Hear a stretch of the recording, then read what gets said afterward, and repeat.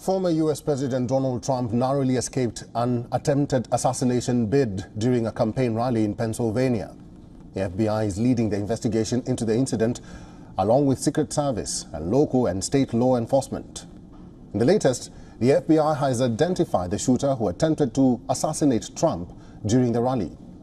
Now, according to the probe agency, 20-year-old Thomas Matthew Crooks fired shots, one of which grazed Trump in the right ear.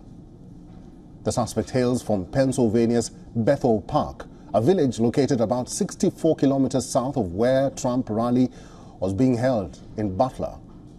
Crooks was reportedly positioned on the roof of a manufacturing plant, which is located over 130 yards away from the stage where Trump was speaking. The FBI says it's working to determine the motive behind the attack that killed a rally attendee and injured 2 other spectators. However, the Secret Services says it killed Crooks seconds after he fired the shots. State voter records show that Crooks was a registered Republican. When Crooks was 17, he made a $15 donation to a political action committee that raises money for left-leaning and Democratic politicians. But law enforcement officials say Crooks carried no identification to the shooting site and that he had to be identified using other methods. Meanwhile, probe agencies have raided the alleged gunman's residence. Dozens of law enforcement vehicles have been stationed outside the residence, with the area cordoned off completely.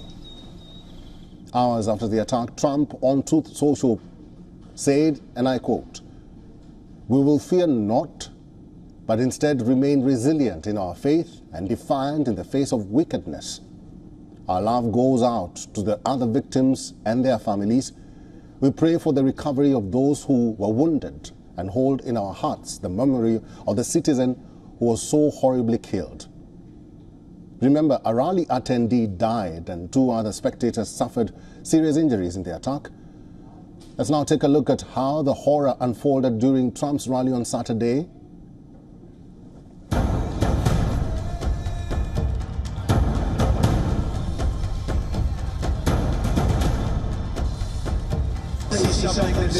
Take a look at what happened.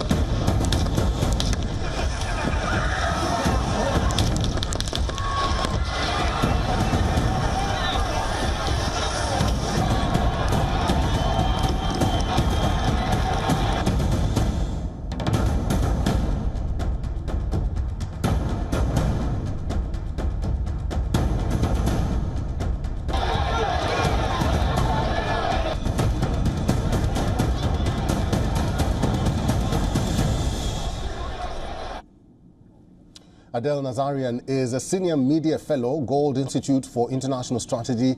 She's now joining us live from Washington, D.C. Hi, Adele. It's good to see you. So much to talk about following this horrible incident on Trump. The FBI says they are investigating the motive of the shooter. Trump's team is not backing down. They have another convention tomorrow in Milwaukee. How do you think that will happen, or how do you think that is going to look like in terms of the security and Trump's demeanor?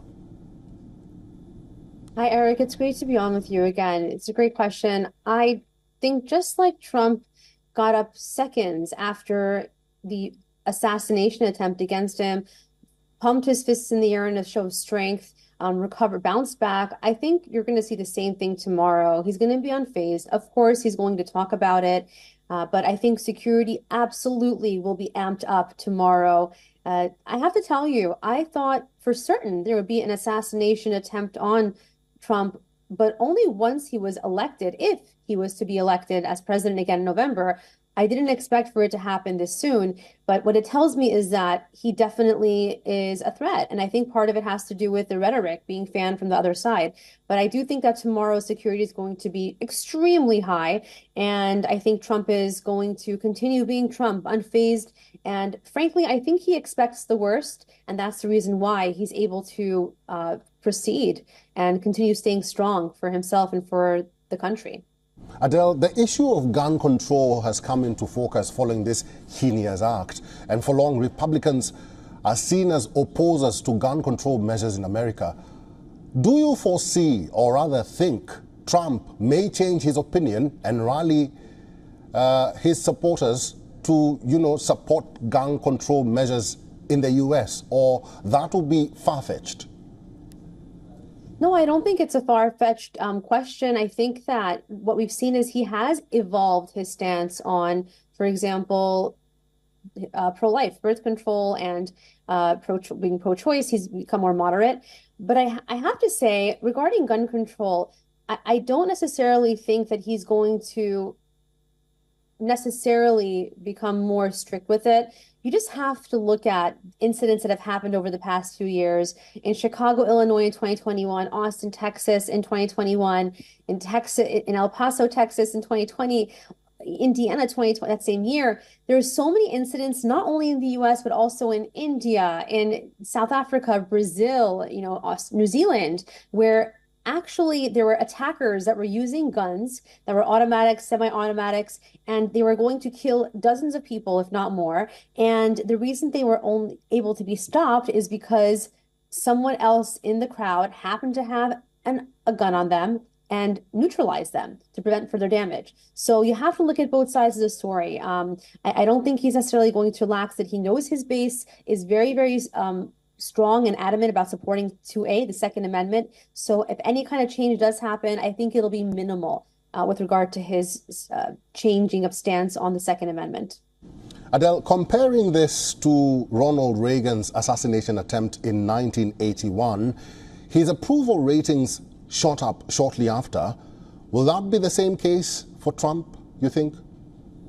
Eric, I certainly think so. If you were to ask me a year ago, even a month, even a few days ago, what Donald Trump's prospects were of actually winning and securing the election in 2024, November, he's the nominee, I would have said it's a toss-up.